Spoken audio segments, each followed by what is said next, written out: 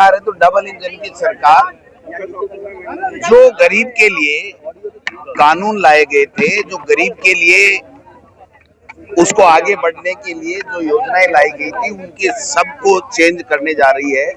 और आपने देखा होगा कि मनरेगा जो काम का अधिकार था, राइट टू वर्क का जो अधिकार दिया गया था, देश में नहीं दुनिया में पहला हिंदुस्तान में कानून था मनरेगा, जिसके तहत हर गरीब को, हर व्यक्ति को, देश का कोई भी नागरिक हो, वो अगर काम मांगे तो उसको काम दिया जाएगा। ये कानून था, मैंडेटरी था।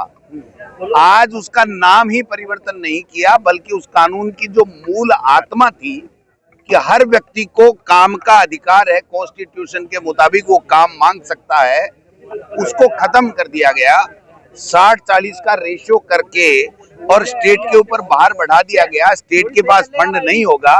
और इसमें एक सबसे बड़ा जो परिवर्तन किया गया है, जिसका ऑब्जेक्शन है, कि पहले कानून था कि काम मांगेगा तो काम मिलेगा, और अब केंद्र सरकार ये डिसाइड करेगी कि किसको बजट आवंटित करना है, किसको नहीं करना है, कहाँ काम देना है, कहाँ काम नहीं देना है। यानी इस कानून को योजना बना दिया गया, और योजना भी भारतीय जनता पार्टी या उससे समर्थित जो लोग होंगे उनकी सिफारिश के ऊपर वहां पर बजट आएगा, उन्हीं को काम मिलेगा जो भारतीय जनता पार्टी को वोट करेगा।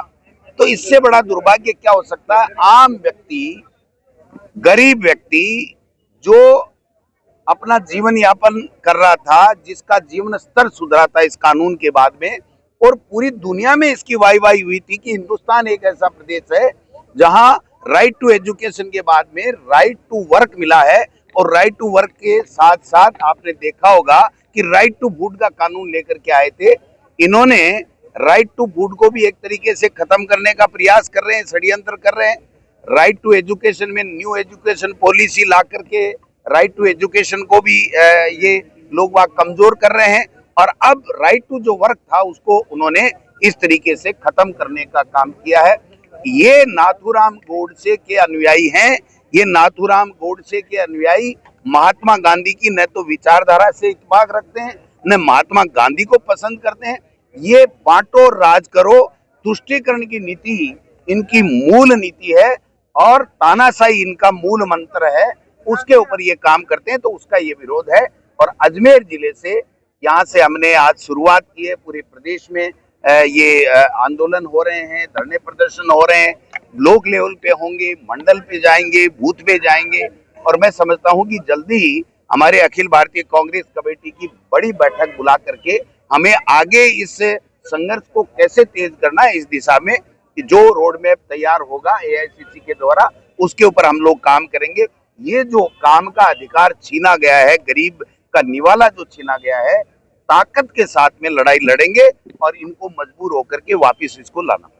सर, बीजेपी प्रचार कर रही है कि 40 दिन का औसतन बैठा है, और 23% का खर्चा भी बजट में इन्होंने दिया नहीं है। तो ये 100 दिन और 125 दिन, आप 125 दिन दे रहे थे, इसको 125 दिन कर देते। इसकी मूल आत्मा कि जो पहले ग्राम पंचायत में जाकर के जो गरीब फार्म भर के ये कहता था मुझे काम चाहिए, और उसको काम देना एक कानून था, अनिवार्य था संविधान के मुताबिक, कानून के मुताबिक, उसको काम ही नहीं मिलेगा। वो कहाँ जाएगा? वो मोदी जी के पास जाएगा, बीजेपी के एमएलए के पास जाएगा, बीजेपी के ये जो पर्ची से बड़े मुख्यमंत्री उनके पास में जाएगा। और वो मिल जाएंगे क्या? इनकी जो जन सुनवाई थी, केवल कार्यकर्ताओं की जन सुनवाई नहीं थी, जनता की, वो भी अनिश्चित काल के लिए, 3 दिन में ही अनिश्चित काल के लिए स्थगित कर दी गई है, खत्म कर दी गई है। तो आप समझ सकते हो कि गरीब कहाँ जाएगा और किसको काम मिलेगा। सर, पहले ग्राम सभा में प्रस्ताव था राज्य सरकार के पास में, और उसके बाद में काम पास होता था। देखिए, ग्राम पंचायत ही इसका मूल आधार था कि किसको कौन सा काम चाहिए, और उसका वहां पर कार्य योजना बनती थी, वो जिला परिषद में पास होता था, और उसके बाद में उसके मुताबिक वो जब काम मांगता था तो कार्य सैंक्शन होते थे। अब तो ऊपर से चिट्ठियां आएंगी, जैसे मुख्यमंत्री बनने की चिट्ठी आई वैसे चिट्ठी आएगी, या तो कि इसको देना है, इसको नहीं देना। मैं आपको एक और खुलासा करना चाहता हूँ कि अभी जो अतिवृष्टि हुई है उसमें जो मुआवजा इन्होंने देने का प्रावधान किया, वो केवल और केवल बीजेपी के एमएलए जहां हैं वहीं मुआवजा देने का किया गया, वहीं खराबा बताया गया है। कांग्रेस का अगर कोई जीता हुआ है तो वहां मुआवजा नहीं मिलेगा। तो जब उस जो रिलीफ फंड को भी इस तरीके से दुरुपयोग कर रहे हैं तो ये तो कानून ही बना दिया इन्होंने कि जहां मर्जी आएगी केंद्र सरकार तय करेगी वहां पैसा मिलेगा, नहीं तो नहीं मिलेगा। सर एक ये है कि जो ग्राम पंचायत में नरेगा के माध्यम से जो काम होते थे उन ठेकेदारों के राजस्थान में लगभग 2000 करोड़ रुपए की देनदारियां बाकी है। भाई साहब और इस तरह भी डर है कि क्या होगा? ढाई साल से पैसे बकाए हैं। जब महामहिम राष्ट्रपति महोदय ने इसमें साइन कर दिए तो अब न तो काम मिलेगा न पीछे का बजट कब मिलेगा किसी को अता पता नहीं है।